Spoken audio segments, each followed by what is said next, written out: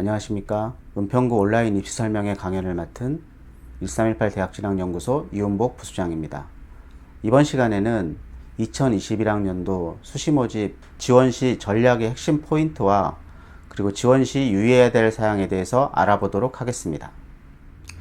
수시 모집을 합격하게 되면 이후에 진행되는 정시 모집이나 추가 모집에 지원할 수 없고, 그리고 수시 모집을 지원하는 기간 동안 수능도 같이 준비를 해야 되는 부분에서 수시 모집을 지원하기 전까지 전략적으로 계획을 수립해서 지원하는 것이 아주 중요합니다. 그렇기 때문에 이번 시간에는 수시 모집을 지원할 때 어떠한 전략을 가지고 지원을 해야 되고, 그리고 어떠한 유의사항이 있는지에 대해서 구체적으로 알아보도록 하겠습니다. 첫 번째로 3개년 동안의 어떤 수시 모집의 어떤 지원 건수에 대해서 알아보도록 하겠는데요. 전체적으로 학년도가 올라갈수록 수시 모집의 지원 건수는 좀 증가를 했습니다. 전년도 같은 경우에는 학생 수가 좀 줄었음에도 불구하고, 그 다음에 수시 모집 지원 건수가 늘어났다는 것은 그만큼 수시 모집이 학생들이 어떤 대학 입시에서 기본이 되어 가고 있다는 것들을 알 수가 있습니다. 그러면 구체적으로 어떤 1인당 지원 횟수가 어떻게 증가를 했는지에 대해서 구체적으로 알아보면, 2018학년도에는 수시 모집의 지원 건수가 236만 3,180건으로 한 1인당 4.59회 정도 지원을 하게 됐고요. 2019학년도에는 244만 4,900건 지원 건수가 있어서 4.68건의 어떤 1인당 지원 횟수를 보였고, 2020학년도는 237만 3,000건 정도의 어떤 지원 건수가 나타나면서 1인당 4.74의 지원 횟수를 보였거든요. 그렇기 때문에 이번 학년도에도 이 정도의 어떤 지원 횟수는 보여질 것으로 예측이 되기 때문에 수시 모집을 어떤 기본이라고 생각을 하시고 본인한테 가장 유리한 어떤 지원 전략을 수립하는 것이 중요하다고 볼 수가 있겠습니다. 그럼 이번에는 그 수시 모집에서 가장 중요한 학생부 위주 전형의 어떤 지원 전략과 체크 포인트를 다시 한번 조금 언급을 해드리고, 구체적으로 어떤 전략을 가져가는 것이 유리한지에 대해서 알아보도록 하겠습니다. 그러니까 수시 모집 교과 전형부터 알아보면은요, 수시 모집 교과 전형의 모집 인원은 전년도보다 608명이 감소를 해서 14만 6,924명을 선발을 하게 됩니다. 근데 이 수시 모집에서 교과 전형은 전국 인원으로 봤을 때는 가장 많은 인원을 선발하는 어떤 전형이긴 하지만, 서울 수도권의 주요 15개 대학을 기준으로 봤을 때는 비중이 학생부 종합전형보다 낮다는 것을 우리는 좀 알 수가 있겠죠. 수시 모집부터 학생부 교과전형으로 지원을 할 때 교과전형 자체가 이제 교과 성적으로만 선발을 하기 때문에 교과 성적을 기준으로 지원 여부를 결정하는 것이 가장 중요하고요. 그리고 교과별 성적 자체를 반영하는 기준들이 대학별로 다양하기 때문에 대학별 학생부의 어떤 반영 방법이라든가 아니면 반영 교과목, 반영 과목수 등을 철저하게 분석을 해서 유불리를 따져보고 본인한테 가장 유리한 전략을 세우는 것이 필요하다고 볼 수가 있겠습니다.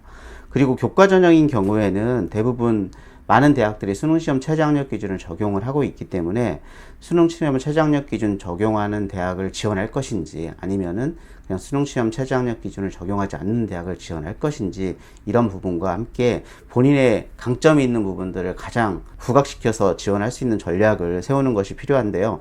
수능시험 최저학력 기준을 적용하는 대학, 충분히 그거를 통과를 할 수 있다고 하면은 수능시험 적용하는 대학을 지원하는 것이 기본적으로 유리하다고 볼 수가 있겠습니다. 그럼 지원 전략을 알아보게 되면, 대체적으로 어떤 학생부 교과 전형 같은 경우에는 대학별로 입시 결과를 대부분 많이 발표를 하기 때문에 3개년의 어떤 입시 결과를 보고 분석을 통해서 본인의 성적과 비교 분석을 해서 따져보고 분석 수준을 좀 정했으면 좋겠고요. 그리고 지원 대학 중에서 교과 전형으로 지원할 생각이 있다고 하면은 확실하게 안정지원 같은 경우는 교과 전형을 가지고 지원 기준을 삼는 것이 유리하고요. 그리고 또 수능시험 최저학력 기준이라든가 아니면 면접고사라든가 이런 부분들을 실시하는 대학 중에서 공격적으로 상향 지원을 한번 고려해 보는 것도 나쁘지 않습니다. 그 얘기는 뭐냐면, 교과 전형에서 안정 지원을 추구하는 어떤 학생들이 좀 많이 있기 때문에 교과 전형을 안정 지원했다고 하면은 그 이상의 대학 합격을 했을 때 추가 합격이 이루어질 수 있는 어떤 가능성도 많기 때문에 한 개나 두 개 정도는 또 공격적인 어떤 상향 지원도 한번 고려해 보는 것도 나쁜 전략은 아니라고 볼 수가 있겠습니다. 그럼 학생부 종합 전형에 대한 지원 전략 체크 포인트를 좀 알아보면은요. 학생부 종합 전형은 전년도에 비해서 모집 인원이 증가를 했는데요. 전년도보다 915명이 증가를 해서 올해에는 86,083명을 선발하게 됩니다. 이 학생부 종합 전형은 주요 15개 대학에서 가장 많은 인원을 선발하는 전형이고, 그 지원자의 학업 능력이라든가 전공 적합성, 학업 태도, 그 다음에 인성, 발전 가능성들을 종합적으로 평가를 하기 때문에 학생부 교과 성적과 아니면 비교과 부분들을 철저하게 분석을 해서 지원 전략을 수립하는 것이 필요하다고 볼 수가 있겠습니다. 학생부 종합 전형의 어떤 체크 포인트를 알아보게 되면 지원 희망과 학생부 기록 내용이 지원 학과의 연관성을 가지는 것이 중요하기 때문에 그 연관성 분석을 통해서 그 연관성이 어느 정도 있는지를 보고 그에 맞게 준비를 해왔는지를 좀 철저하게 분석을 해서 지원 여부를 결정했으면 좋겠고요. 그리고 지원 학과와 관련된 교과 성적이 아주 중요하게 판단 기준이 되기 때문에 그 지원 학과와 관련된 어떤 교과 성적에서 어떤 성취도라든가 아니면 어떤 학업 태도가 나타나고 있는지를 분석을 해서 지원 전략을 좀 수립하면 좋을 것 같고요. 그리고 학생부 종합전형은 자기소개서나 교사추천서 아니면 뭐 증빙 서류 등 제출 서류가 반드시 있게 마련인데요. 그 제출 서류가 어떤 서류를 필요로 하는지를 구체적으로 알아보고, 또 학생부 종합전형에서도 수능시험 최저학력 기준을 적용하는지 적용하지 않는지에 대해서도 확인을 해보고 그에 따른 유불리를 따져서 지원 전략을 수립하면 좋을 것 같습니다. 그러면 구체적인 지원 전략을 따로 알아보게 되면 교과 성적이나 교과 활동, 그리고 교과 외 활동을 지원 학과의 연관성을 철저하게 분석을 해서 그 유불리를 따져보고 본인한테 유리한 쪽으로 지원 전략을 수립하는 것이 필요하다고 볼 수가 있겠습니다. 그리고 학생부 종합전형도 대학별로 2, 3개년 입시 결과를 발표하는 대학들도 많이 있기 때문에 2, 3개년 입시 결과를 분석을 통해서 지원 수준을 결정을 하고 지원 전략을 수립하는 것이 합격에 다가갈 수 있는 방법이라고 볼 수가 있겠습니다. 그리고 마지막으로 지원 학과 관련한 교과 성적하고 비교과 활동이 우수할 경우에는 조금 한두 번의 어떤 공격적으로 상향 지원을 한번 고려해 보는 것도 나쁘지 않을 것으로 판단이 됩니다. 그러면 수시 모집에서는 어떤 전략을 가지고 지원 전략을 수립해야 하는지에 대해서 알아보도록 하겠습니다. 첫 번째로 내게 맞는 전형 유형부터 찾는 것이 중요한데요. 수시 모집에서는 일반 전형도 있고 특별 전형도 있습니다. 그 특별 전형 중에는 특별한 어떤 수상 실적이라든가 특기를 가지고 있는 학생들을 선발하는 전형도 있지만, 교과 성적 우수자 전형이라든가 아니면 학교장 추천 전형이라든가 이런 전형 같은 경우는 특별 전형임에도 불구하고 일반 학생들을 선발하는 전형이기 때문에 본인의 어떤 강점을 가장 잘 어필할 수 있는 어떤 그런 전형 유형을 찾아서 지원하는 것이 첫 번째로 가장 중요하다고 볼 수가 있습니다. 두 번째로 대학별 학생 선발 전형 자료와 요수별 반영 비율을 숙지를 하고 지원 전략을 수립해야 하는데요. 이 의미는 뭐냐면 수시 모집에서 선발하는 전형 자료는 학생부가 있고 논술고사, 면접고사, 서류평가, 실기평가 이런 대학별 고사들이 있을 수 있는데요. 그 내가 지원하고자 하는 어떤 전형에서 필요로 하는 어떤 전형 자료가 학생부인지 아니면 면접이 있는지 없는지 아니면 논술고사를 시행하는지 안 하는지 이런 부분들을 구체적으로 확인을 하고, 그리고 그 전형 요소별로 어떤 비율을 가지고 선발을 하는지에 대해서 구체적으로 알아보고 본인의 강점이 있는 전형 자료였던 비율이 높은 쪽으로 지원 전략을 수립하는 것이 좋을 것 같습니다. 그리고 세 번째로는 대학별 당락 비중이 높은 전형 요소와 자신의 실력을 검증하는 것이 필요한데요. 그러니까 대학별로 당락 비중이 높은 어떤 전형 요소는 학생부 교과 전형에서는 내신 성적이 될 것이고, 그리고 논술 전형에서는 논술고사, 그리고 면접을 실시하는 전형에서는 면접고사도 상당한 어떤 영향력을 미치게 되는데요. 그러니까 이러한 당락의 어떤 비중이 높은 전형 요소에서 본인의 강점을 가장 좀 잘 나타날 수 있도록 어필하는 것이 필요하고, 그거를 철저하게 대비하는 것이 중요합니다. 그리고 면접 같은 경우도 보면 대학별로 모의 면접 같은 것들도 실시를 하기 때문에 모의 면접이나 아니면 모의 면접을 통해서 어느 정도의 수준인지 이런 것들을 좀 검증을 하고 그에 맞게 대비를 하는 것도 도움이 될 것으로 보여집니다. 그리고 네 번째로 수능시험 최저학력 기준을 정확히 숙지를 하는 것이 중요한데요. 수능시험 최저학력 기준을 적용하느냐 적용하지 않느냐에 따라서 입시 결과가 상당히 달라지기 때문에 수시 모집 최저학력 기준을 적용하는지 적용하지 않는지를 정확하게 판단을 하고, 적용하면 어떠한 기준으로 적용하는지도 살펴보고 내가 그 수능 최저학력 기준을 통과를 할 수 있는지 없는지에 대해서도 구체적으로 따져보고 지원 전략을 수립하는 것이 중요하다고 볼 수가 있겠습니다.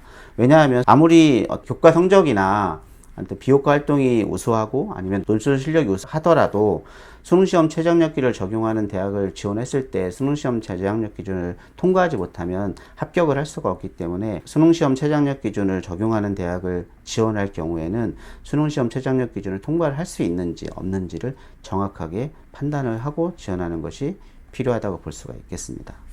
그리고 다섯 번째로, 그 입학 원서 접수가 9월 23일부터 28일까지 진행이 되는데요. 학교마다 마감되는 날짜와 그리고 마감되는 시간도 다르기 때문에 입학 원서 접수 마감일을 하고, 그 다음에 시행되는 대학별고사, 즉 논술고사 일정이라든가 면접고사 일정을 확인하고 중복되지 않게 지원 전략을 수립하는 것이 필요하다고 볼 수가 있겠습니다. 그리고 마지막으로 그 희망 대학의 지원 방법을 정확하게 숙지를 하는 것이 필요한데요. 이 부분은 어떤 의미냐면, 그러니까 서울대 같은 경우에 중복 지원을 할 수가 없거든요. 한 개의 전형에서 한 개의 학과에만 지원할 수 있는데, 연대 같은 경우에는 그 중복 지원이 또 가능하거든요. 사실 연대 같은 경우에는 활동후 수형, 국제형, 기획운동형에서만 중복 지원을 할 수 없고 나머지 전형에서는 다 중복 지원이 가능하기 때문에, 이렇듯 대학별로 전형에서 중복 지원이 가능하고 중복 지원이 가능하지 않고 이런 어떤 지원 방법 자체도 다양하기 때문에 내가 지원하고자 하는 대학에서 어떤 지원 방법을 가지고 있는지도 정확하게 숙지를 하고 지원 전략을 수립하는 것이 필요하다고 볼 수가 있겠습니다. 이 페이지는 이제 등급별로 어떤 전형 요소를 지원하는 것이 유리한지 그 우선순위에 대해서 조금 제가 표를 좀 만들어 봤는데요. 그 성적대로 보면은 이건 대략적인 등급 구분이기 때문에 좀 참고를 하시는 정도로 조금 보시면 될 것 같습니다. 그러니까 1.5등급 이내의 어떤 최상위권 학생들 같은 경우에는 가장 중요한 포인트는 학생부 종합전형의 어떤 비중들이 높기 때문에 학생부 종합전형을 가장 우선적으로 고려를 하고, 그 다음에 그 학생부 교과전형, 그 다음에 논술, 그리고 수능 전형도 고려를 하는 것이 필요한데요. 이에 해당되는 대학들은 뭐 서울대, 연대, 고대 이 정도 수준이 될 것 같고, 그리고 1.5등급에서 2등급 사이에 있는 학생들 같은 경우는 서울 상위권 대학들이 해당이 될 건데요. 여기도 학생부 종합전형의 비중이 좀 높기 때문에 학생부 종합전형을 우선적으로 고려를 하고, 그 다음에 논술을 준비한다면 논술 전형도 그 선발 비율이 좀 높기 때문에 논술 전형도 고려해 볼 수가 있고요. 학생부 교과 전형, 그 다음에 수능 전형 순으로 우선순위를 고려를 해 볼 수가 있습니다.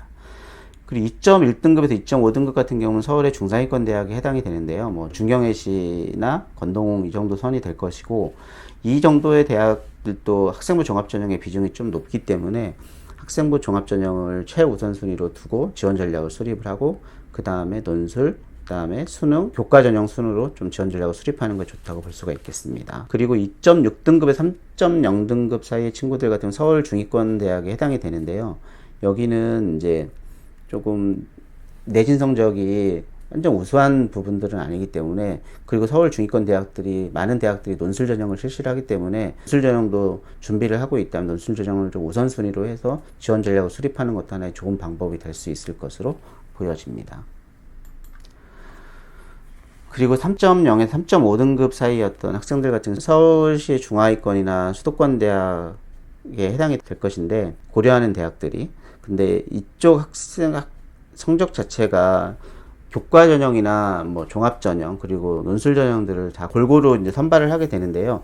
여기에서 내신 성적 자체가 좀 우수한 부분은 아니기 때문에 가장 우선적으로 고려를 한다고 하면 학생부 종합 전형을 가장 우선적으로 고려를 해서 준비를 하면 좋을 것 같고, 그러니까 수능도 끝까지 준비를 하고 있다면 수능까지도 좀 고려를 해서 준비를 한다고 하면 좋은 결과를 얻을 수 있는데, 이 서울 중하위권이나 수도권 상위권 대학들도 학생부 교과 전형으로만 지원을 하려고 한다고 하면 3.0등급, 3.5등급이 우수한 등급은 아니어서 학생부 교과 전형 자체를 조금 마지막 순위로 두었습니다. 수도권 대학을 좀 생각을 하신다 그러면 4점대 초반까지는 최대한 준비를 조금 하시고 지원 전략을 수립하는 게 좋고요. 만약 5, 6등급이 내려가신다고 하면 충청권 대학이나 아니면은 뭐 전문대학이나 이런 쪽까지 고려를 해서 지원 전략을 수립하는 것이 필요하다고 볼 수가 있겠습니다. 그리고 이 부분도 이제 인서울대학 전형 유형별 지원 가능 학생부 교과 성적이라고 저희가 제목을 붙였는데요. 여기서 말하는 인서울대학은 서울대, 연대, 고대, 그 다음에 서강대, 성균관대, 한양대, 이화여대, 그리고 중앙대, 시립대, 그 다음에 한국외대, 그 다음에 경희대, 그리고 건국대, 그 다음에 동국대, 홍익대, 숙명여대까지를 좀 염두에 두고 저희가 표를 좀 작성을 한 것이고요. 인문계 학생 같은 경우는 학생부 성적이 국영수 4 전과목을 기준으로 했고, 자연계 학생 같은 경우에는 국어, 영어, 수학, 과학 전과목을 기준으로 제가 좀 작성을 해봤습니다. 이 부분은 학과별로 만든 자료는 아니기 때문에, 그리고 마지막 등급선이기 때문에 건동홍숙 그 정도의 마지막 선이라고 생각을 하시고 참고를 하셨으면 좋을 것 같습니다. 학생부 교과 전형은 인문계 같은 경우에 일반고에서는 최소한 1.8등급 이내는 들어야 좀 지원이 가능해지고요. 특목고는 어차피 학생부 교과 전형이기 때문에 특목고도 뭐 교과 전형으로 이 대학을 지원한다고 하면 1.8등급이 필요하고, 자연계에서는 일반고나 특목고 모두 2.2등급 정도의 어떤 성적대가 필요합니다.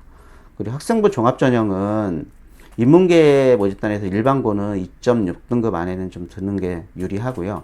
그리고 특목고는 4.2등급, 그 자연계 모집 단위에서는 일반고 같은 경우는 3.0등급 정도 이내는 좀 들어야 지원이 가능할 것으로 예측이 되고, 그다음에 특목고는 4.8등급까지도 지원이 충분히 가능할 것으로 보여집니다. 그러니까 논술 전형 같은 경우는 학생부의 어떤 교과 성적보다는 논술고사 성적으로 그 당락이 결정이 되기 때문에 대체적으로 일반 어떤 학생부 교과 전형과 종합 전형보다는 좀 여유 있는 학생부 등급이 필요합니다. 논술 전형으로 인문계 모집 단위에서 일반고 출신으로 간다고 하면 3.4등급 정도의 어떤 등급이 필요하고, 그다음에 특목고는 5.2등급, 그리고 자연계 모집 단위 같은 경우에는 일반고에서는 3.8등급 정도의 등급이 필요하고, 대체적으로 특목고는 5.6등급의 등급이 필요한데, 그 수학 같은 경우에는 조금 등급이, 이거는 그러니까 수능 등급이 아니고 내신 등급을 말씀드리는 건데, 최소한 수학은 일반고에서는 한 2등급 안에는 들어와야 어려운 수학 문제를 푸는 것이기 때문에 논술에서 좀 가능할 것으로 좀 판단이 되고요. 그러니까 수능 전형은 어차피 수능 위주로 그 선발을 하기 때문에 학생부의 비중이 조금 적은데, 일부 대학에서 학생부도 같이 모집을 하게 되는데, 일단 뭐 대체적인 어떤 등급 기준으로 보면은 일반고 같은 경우는 3.5등급 안에는 들어가는 친구들이 대체로 수능 성적도 우수한 수능 성적을 보여주고 있었고요. 특목고 같은 5.4등급, 그다음 자연계 모집 단위 같은 경우에는 일반고에서는 3.9등급, 그리고 특목고에서는 6.2등급 정도의 어떤 성적대가 필요한 것으로 우리 예측을 해볼 수가 있겠습니다. 그러면 마지막으로 이제 수시 모집 지원을 할 때 어떤 유의사항을 가지고 지원을 해야 되는지에 대해서 구체적으로 좀 알아보도록 하겠습니다. 반복되는 얘기가 될 수도 있는데요. 그만큼 중요한 포인트이기 때문에 이 유의사항도 숙지를 하고 지원 전략을 수립하면 좋을 것 같습니다. 첫 번째로 수시 모집에 합격한 학생들은 이후에 진행되는 정시 모집이나 추가 모집에 지원을 할 수 없다는 거, 그거 꼭 반드시 염두에 두고 모의고사 성적이 어느 정도인지에 따라서 내 정시 모집으로 갈 수 있는 대학 이상의 대학을 수시 모집에서 지원하는 것이 필요하다고 볼 수가 있겠습니다. 그리고 합격한 대학 중에서는 반드시 한 개 대학에만 등록을 해야 되고, 두 개 대학에 등록을 했을 때 이중 등록으로 등록이 취소가 될 수 있기 때문에 한 개 대학에만 반드시 등록해야 된다는 것을 기억을 하시고, 나중에 충원 합격이라든가 추가 합격이 이루어졌을 때 반드시 등록 포기각서를 작성을 하고 추가 합격 의사를 밝히면서 등록을 하시는 어떤 절차를 좀 반드시 거쳐야 된다는 것을 잊지 마셨으면 좋겠습니다. 두 번째로 수시 모집은 최대 6회까지 지원이 가능한데요. 6회 이외에 추가적으로 지원할 수 있는 대학이 있거든요. 그 대학을 좀 구체적으로 알아보면 우리나라에 산업대학이 두 개가 있습니다. 청운대학, 호원대가 있는데, 이 청운대학, 호원대는 6회 지원 이외에 추가적으로 지원할 수 있고, 그리고 과학기술원은 카이스트, 지스트, 디지스트, 유니스트도 6회 지원에서 예외되는 대학이고요. 그리고 사관학교와 경찰대도 여기에 해당되고, 그리고 한국예술종합학교, 한국전통문화학교, 그리고 또 각종 학교들 같은 경우들도 6회 지원에서 제외가 되기 때문에 최대 6회 지원 이외에도 추가적으로 지원할 수 있다는 것들을 염두에 두고 지원 전략을 수립하면 좋을 것 같습니다. 그리고 세 번째로 수시 모집에서 대학 간 전형 기간이 같아도 복수 지원이 가능하기 때문에 전형 어떤 뭐 면접 일정이나 이런 것들이 동일하다고 해서 반드시 뭐 피해야 되는 건 아니거든요. 그러니까 면접고사나 논술고사가 수능시험 이후에 시행되는 대학을 지원할 때 내가 수능시험 결과에 따라서 면접고사나 논술고사를 가거나 안 가거나 이런 결정을 할 수도 있기 때문에 전형일이 똑같다고 해도 지원을 할 수 없는 건 아니라는 것들은 염두에 두고 그런 지원 전략을 수립하면 좋을 것 같습니다. 그리고 마지막으로 입학 원서 접수 및 세부 일정이 대학마다 다 다양하기 때문에 그 점을 철저하게 분석을 하고 뭐 따져보고, 그 다음에 중복되지 않는지 이런 부분들, 그리고 논술고사, 면접고사, 대학별고사가 이제 겹치는지 안 겹치는지도 확인을 하고 최대한 겹치지 않게 지원 전략을 수립하는 것이 필요하다고 볼 수가 있겠습니다. 지금까지 2021학년도 수시모집 지원 시 핵심 포인트와 그리고 유의사항, 그리고 지원 전략까지 알아보았는데요. 이러한 제가 말씀드린 부분들을 포함해서 본인의 유불리를 철저하게 따져서 지원 전략을 수립하신다면 좋은 결과를 얻으실 수 있을 것 같습니다. 그리고 다음 시간에는 2021학년도 수시모집에서 논술 전형과 그리고 적성 전형의 현황과 대비 방법에 대해서 알아보도록 하겠습니다.